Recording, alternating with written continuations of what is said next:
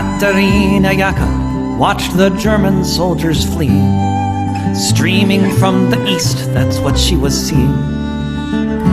Allied bombers flew above them, she thought they all might die, and then soon there was the silence of all the SS men. When the sun rose the next morning, it was the 1st of May, and they all sang the Internationale. They all sang the Internationale.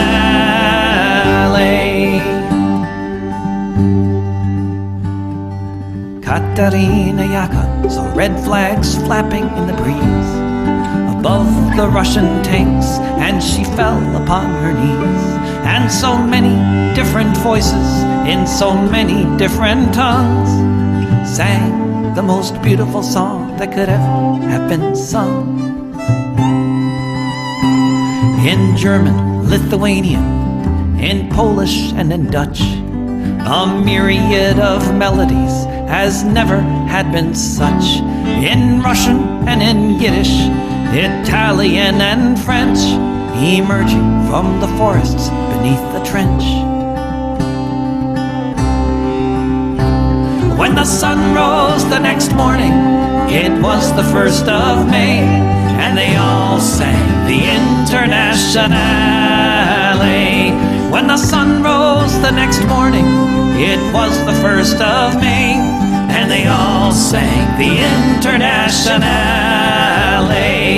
They all sang the Internationale. Völker hört die Signale auf zum letzten Gefecht. Die Internationale erkämpft das Menschenrecht. Völker hört die Signale auf zum letzten Gefecht. Die Internationale erkämpft das Menschenrecht.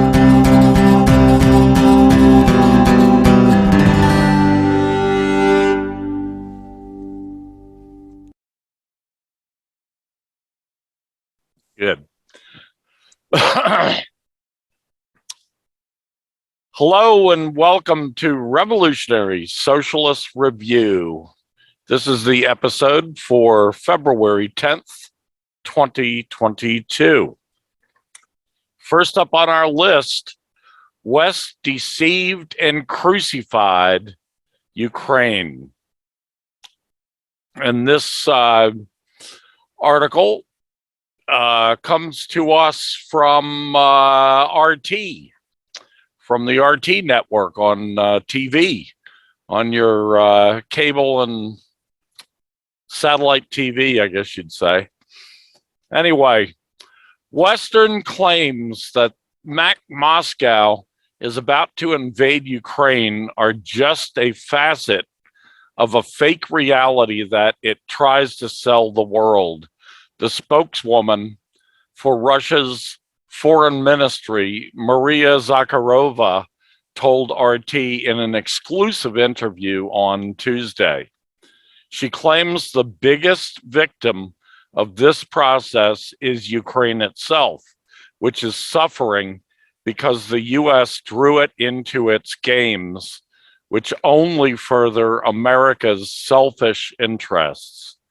Zakharova also shared her thoughts on the political crisis with the West, pressure against RTDE, that's the RT network in Germany, and other major issues. Here are key takeaways from her interview. Russia won't put up with Western lies.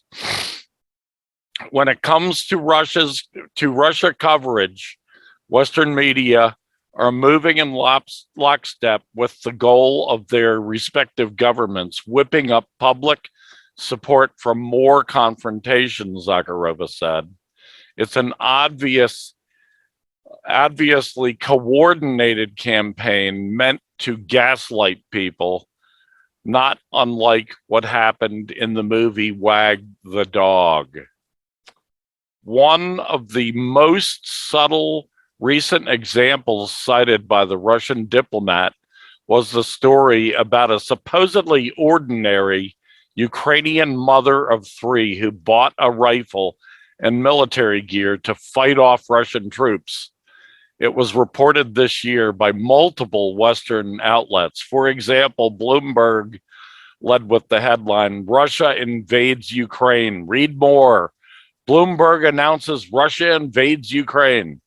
The woman actually joined Ukraine's so-called territorial self-defense force in 2020, long before the current escalation, according to the Ukrainian version of German state broadcaster Deutsche Welle.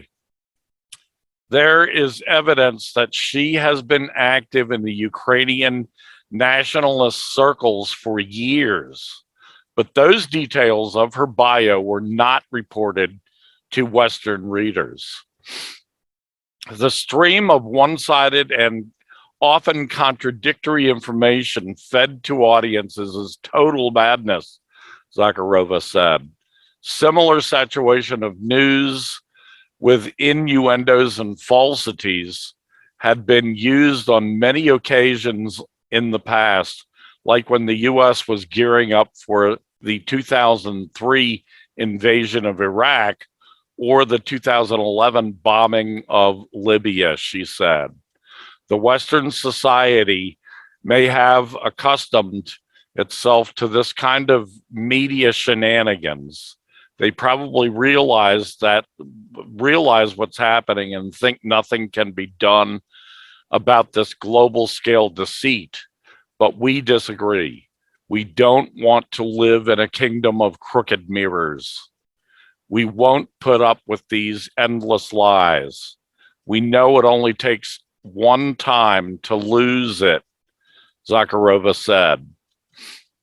Meanwhile, from the Greenville Post's Caitlin Johnston writes, back in November, the Military Times published a Ukrainian intelligence claim, which was picked up and repeated by numerous other mainstream publications, alleging that Russia was going to invade Ukraine by the end of January.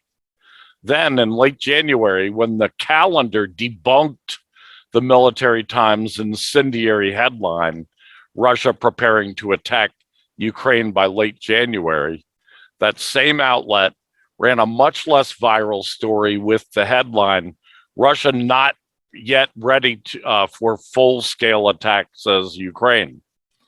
Now, here in early February, the Murdoch press has put out a spin piece of a sort we're likely to see more of in the coming days, claiming that Russia has not invaded because the US and its allies have ruined Moscow's plans by telling everyone the invasion is coming. In an article titled, Ukraine-Russia Tensions, Moscow Plans Ruined After US and Britain Call Out Possible Invasion, Ukraine's Defense Minister Hanna Maliar tells Sky News that Putin has not yet invaded because his murderous plot was thwarted by a plucky band of imperial states who would not be prevented from speaking their truth. So that's a little bit from two different sources about the American lies about Russia planning to invade Ukraine, which of course Russia is not doing, and some of the shenanigans of the media, as Caitlin Johnston calls it. What's alarming? Yeah. What's alarming about Ukraine is how blacked out the information about it is. Even Israel receives more. Israel, which the imperialist powers have such an interest in protecting, receives more scrutiny than the Ukrainian government, which has carried out ethnic cleansing, massacres, has been complicit in the rise of fascist militias, has failed its people, has behaved belligerently towards Russia. I'll try to look up how much Amnesty and Human Rights Watch scrutinize Ukraine, but I doubt it's a lot. Yeah. I doubt, Amnesty, nothing at all, really. wow. And I doubt I can find too many academic sources if I were to look it up in JSTOR for Ukraine and human rights abuses. So that's an unsettling fact about the way that information is distributed these days. That there's such a blackout when it comes to the reality of what's been going on in Ukraine for the last 8 years. Yeah, definitely. Okay. Next on our list, all communists must properly grasp geopolitics in order to win. Rainer Shea.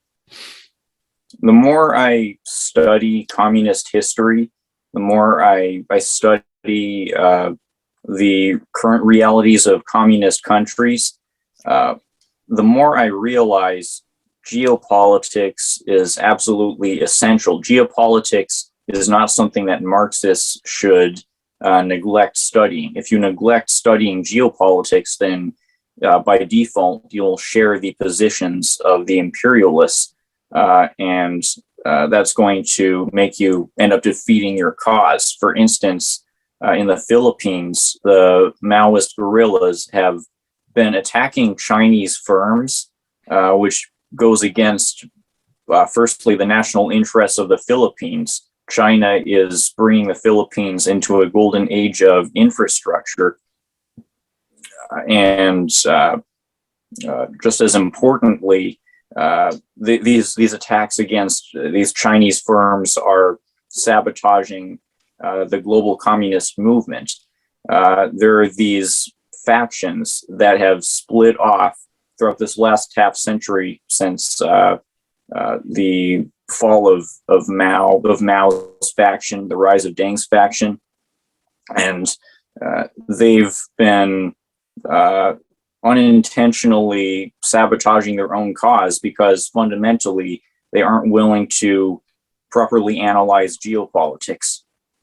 Yeah, exactly.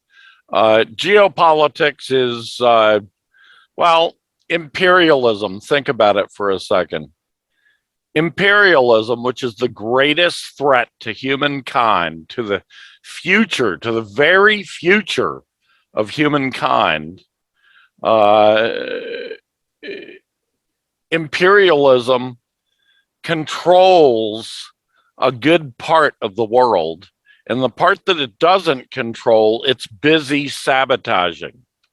So the entire world is affected one way or another. Either it has given in and resigned itself to the slavery or semi-slavery of imperialism, or it's fighting against imperialism, and imperialism is using every dirty trick in the book to undermine those countries. So geopolitics is incredibly important if you're a communist. If you're going to pose as a leader of working people, you better know your geopolitics. So absolutely important, absolutely important. Okay, next on the list, global crises and the growing new Hitlerian extermination campaign. Rainer Shea. There are so many parallels I'm noticing between what's been going on in Ukraine, what's been occurring in Israel, Colombia, India. These all have, they're all tied to the same network of terror that U.S. imperialism is facilitating. They all carry out ethnic cleansing, the terrorization of the disfavored groups, and Israel has aided all three of those other countries, Ukraine, India, Colombia, in their atrocities. And this is quite ominous because there's a quote in my article from I'll try to maybe you'll remember their name, but they said that at the end of capitalism is Hitler. And now we're seeing Hitler's legacy keep reappearing with the help of U.S. imperialism. Yeah, definitely. Hitlerian politics, no matter how far away it becomes, Hitler died in 1945. Thank the gods for that.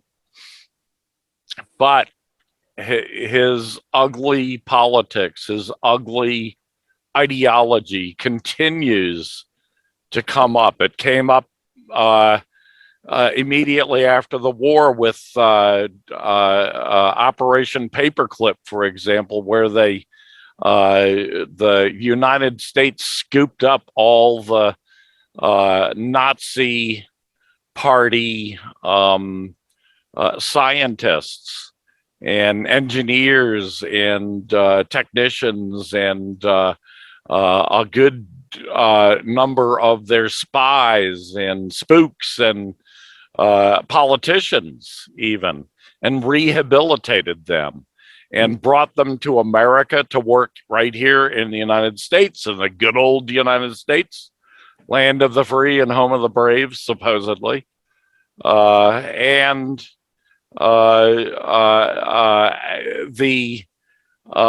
Since then, we've seen cases like in Ukraine, for example, where Hitlerian political parties, actual political parties that feature Hitlerian signs and symbols on their arms and on their chests, marching in unison like Hitler's troops used to do, has been put into power in Ukraine and runs that country today. A Nazi government, a Nazi and fascist government. Some of the parties are outright Nazi parties. Some of the others are fascist parties of various types. And we've seen the same thing happen in other parts of Eastern Germany as well. And Eastern Germany is not the only place where outright fascism and Nazism are rising again with the help of the imperialists who run the American empire. So, yes, quite important, quite important. Next on the list, anti-Asian hate is a symptom of intensifying capitalist reaction. Anti-Asian hate has obviously existed throughout all of U.S. history. Essentially all of U.S. history. There were the anti-Chinese discrimination laws that were carried out, ironically, after the Chinese workers built the United States, or they built a large part of U.S. infrastructure. There were the Japanese concentration camps.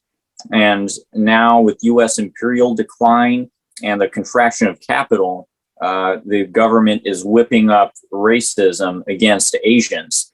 And they're doing it in covert ways, because if you were to ask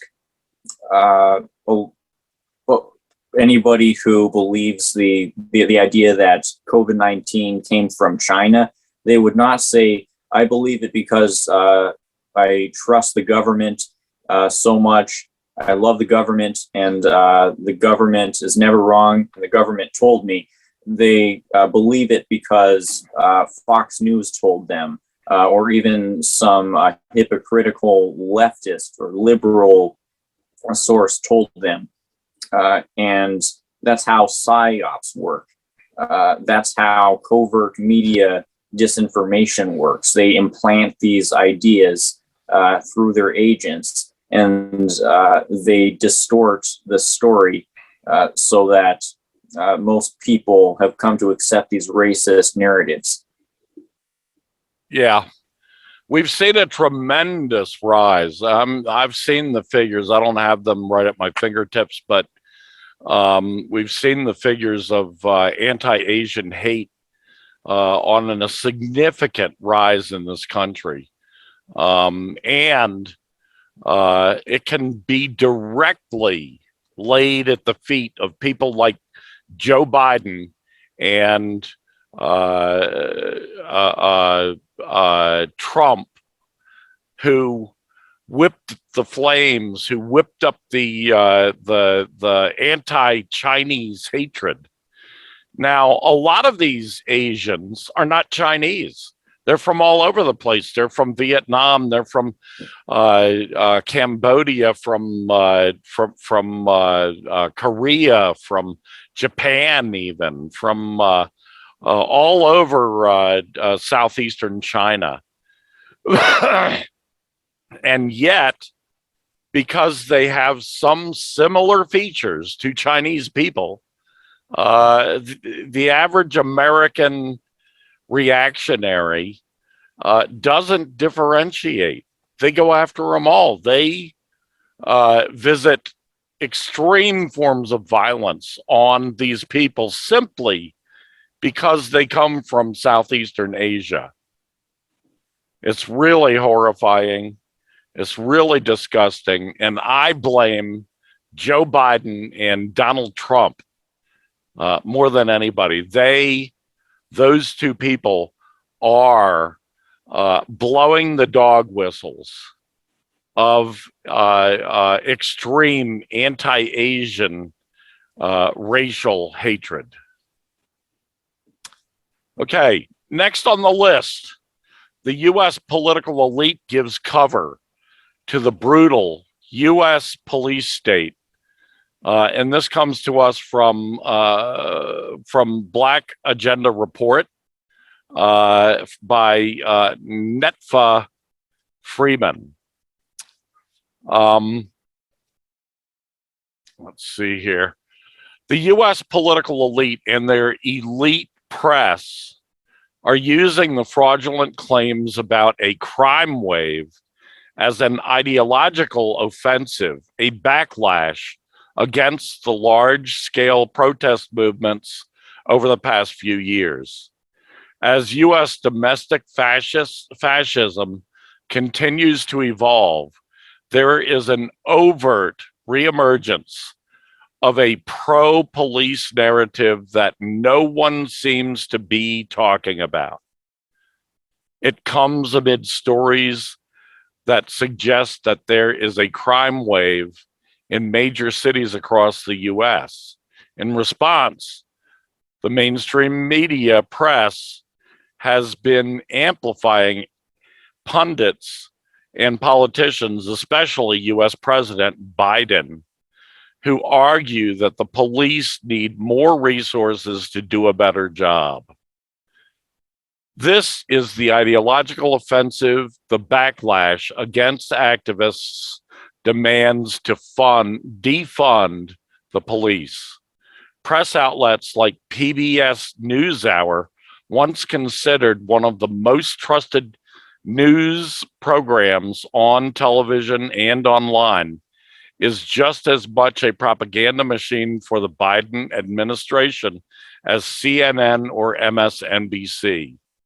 A February 4th broadcast portrayed the idea of defunding police as an abandonment of the streets to criminals, while promoting the false flag of a crime wave.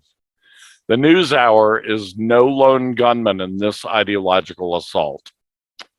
The U.S. public particularly those who watch local news in big cities, receive steady doses of misinformation that firstly magnifying crime as a bigger problem than it is, and then links the supposed crime wave to a lack of government support for domestic occupation forces, that is, the police. Then, in the most perverse way, these news outlets frame policing as a form of racial justice. Sensational news reporting, if one can call it that, sidesteps FBI statistics that reveal a steep national decline in overall crime since the 1990s, with a significant 26% increase of homicides in 2020. Still, the report states the rate of homicides remains well below its peak in the 1990s. Of course, 2020 was an anomalous year because of the pandemic, and accounting for this increase would require a careful analysis of facts and data. Meanwhile, the U.S. police state continues to get stronger as it wages the domestic forever war against indigenous, Black, brown, and poor people. Related is the report by Statistica.com revealing that in 2020 there were 1,021 fatal police shootings, and in 2019 there were 999 fatal shootings. Additionally, the rate of fatal police shootings among Black Americans was much higher than for any other ethnicity, standing at 37 fatal shootings per million of the population as of September 2021. Unfortunately, the stats don't account for Indigenous or Native American people. In truth, the state and its corporate media appendage distract us with a propaganda. News outlets readily cover public relations ploys like the cops taking children from Black working class families shopping for toys during Christmas. There is the notorious National Night Out neighborhood convenings in the summer when cops mix and mingle with the communities over food and games, all meant to obscure the real role of police.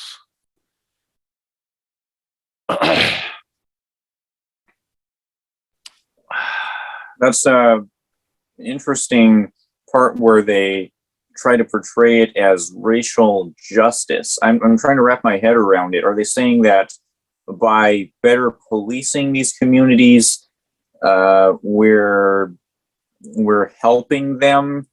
I mean, that sounds like the only way they could try to justify themselves when it comes to race. It boggles the mind. Yeah, it boggles the mind. I wasn't finished. I was just taking a pause, by the way. But all meant to obscure the real role of police, which is to uphold radical racial capitalism and contain those subjected to it. The white supremacist legacy and racist inherent nature of policing in the U.S. are exposed as police departments are in fact being refunded while also becoming whiter.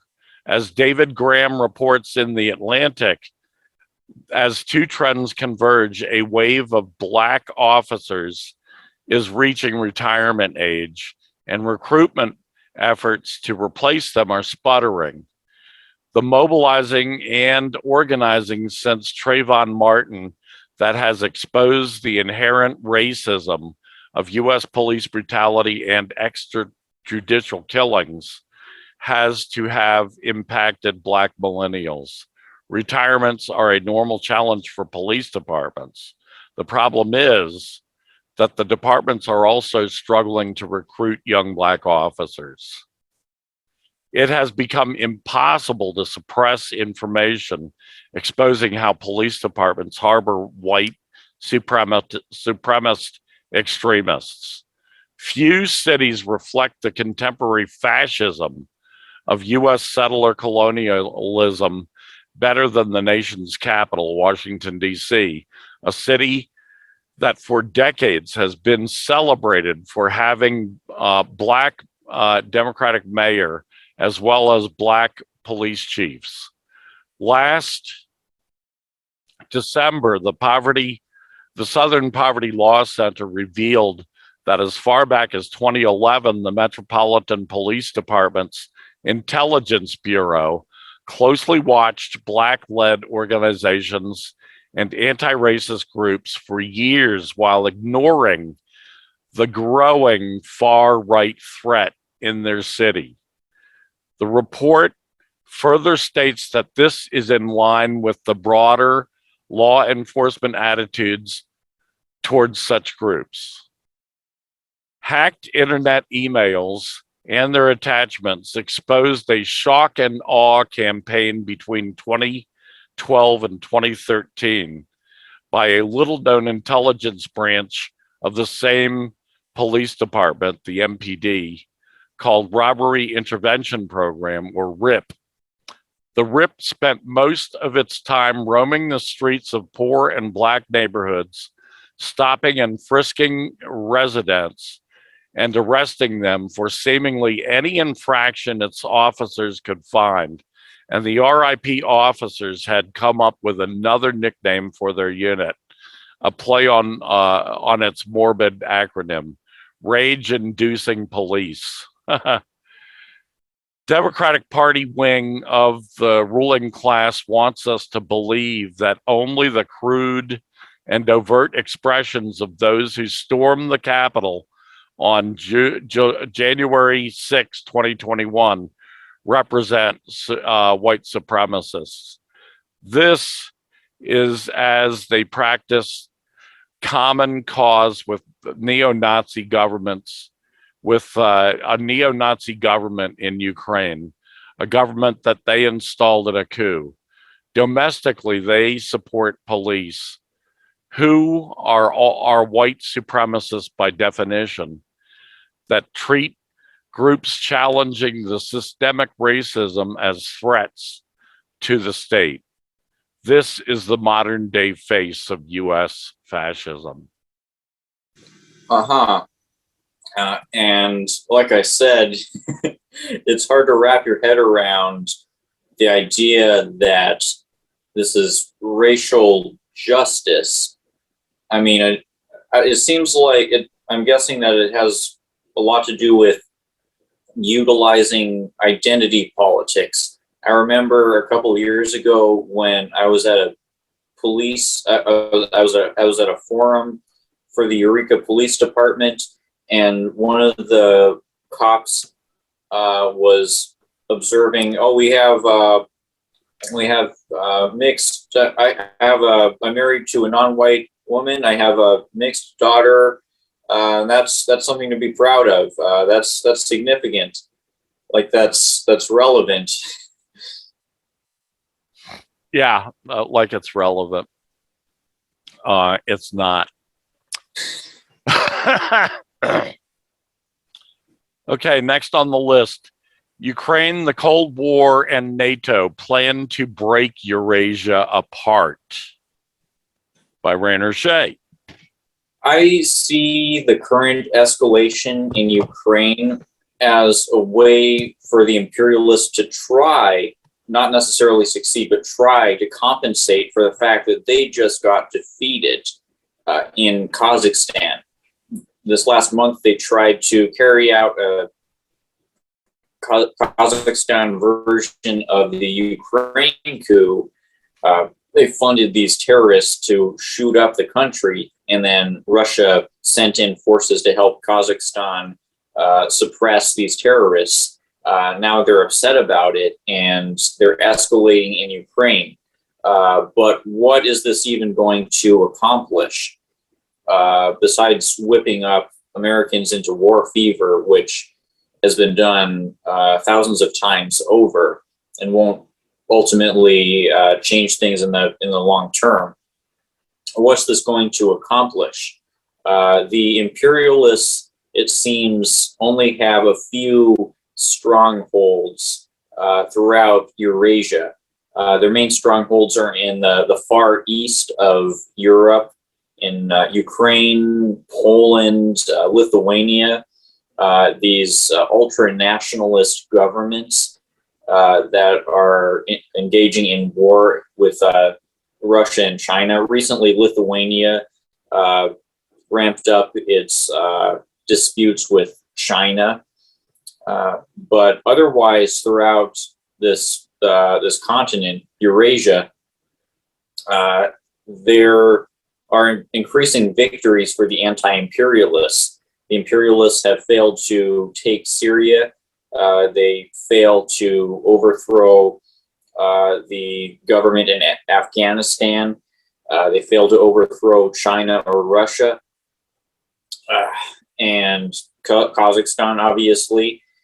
And you know, Kazakhstan, Afghanistan, Syria, these are crucial parts of Eurasia's stability. And the fact that the imperialists are, for the most part, failing to subdue these places is significant.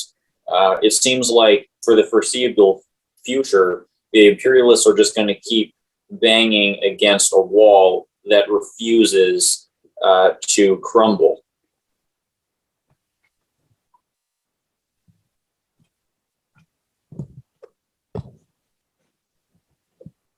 Okay.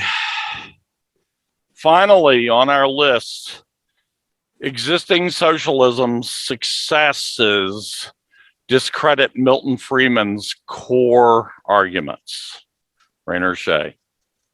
At the end of Milton Friedman's book, Capitalism and Freedom, he makes the argument that you can't claim that socialism is better for the working class than capitalism is, because in his narrative, you can't say that the workers in the Soviet Union have more freedom than the workers in any capitalist country.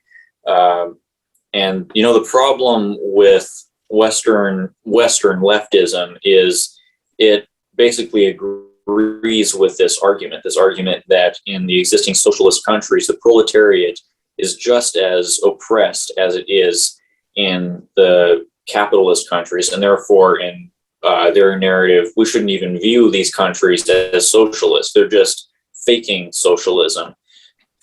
But you have to look at the material reality. You have to look at the fact that in the Soviet Union, rent was consistently under 5%, whereas in the United States, it's so outrageously high.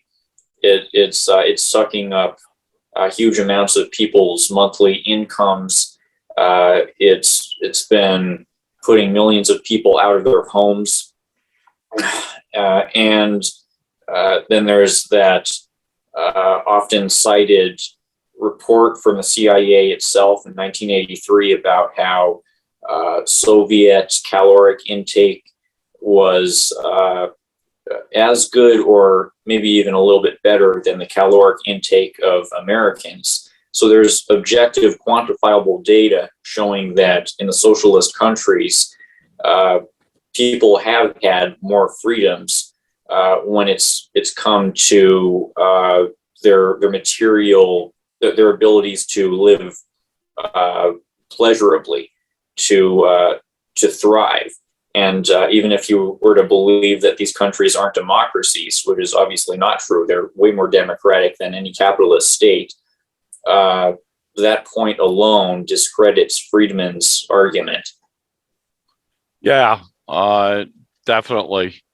The Soviet Union, when it was still with us, still here, had a democratic system. And it was genuine democracy, because it wasn't just democracy when you're in your home. It was democracy when you were in the workplace. That's first and foremost the most important aspect. Most of the egregious totalitarianism that we live under exhibits itself in America's corporations, in the corporatocracy, in other words, as they call it, where you live under an abject, absolute tyranny. You have absolutely no freedom at all, and they tell you, well, you can go find another job if you don't like this. People in the Soviet Union, yes, they had a much nicer standard of living because all their costs were so low. Food was subsidized. Rent, as you pointed out, was subsidized. They paid 5% of their income for rent. I pay half of my income for rent. Half. And that's been the case for most of my life. For most of my life, I've paid half of my income for rent, just for one item. That's not to mention food and clothing and other great necessities. It's just ridiculous. Not to mention cars, automobiles. In the Soviet Union, gasoline was subsidized so that people paid only a small amount for gasoline. The story just goes on and on and on. And yes, those were democratic societies. They were societies with strong security measures in place because they were under constant imperialist attack, both internally and externally. They were under imperialist attack. So they did have strong security measures in place, but that doesn't mean that they weren't free. It just means that they were not free to come right out in the open and work with imperialist saboteurs, which some of them did. And then when they were caught at it, they cried that they were living in a dictatorship. It's just incredible nonsense, if you ask me. Well, anyway, a rather short edition of Revolutionary Socialist Review tonight. We hope you enjoyed the 7 articles that we pointed to, actually 8 articles. And there will be links for all of those articles in the information under this video when you watch it. So I invite you to go to each of the links and click on them and read the articles. At least the articles that I featured. There's a lot more to the articles than the highlights that I gave you, and pretty much the same thing goes for Rayner's articles as well. There's a lot more there, so I urge you all to check those out. And I thank you very much for tuning in. And we'll be back next week with another episode of Revolutionary Socialist Review. Until then, I bid you a sweet adieu.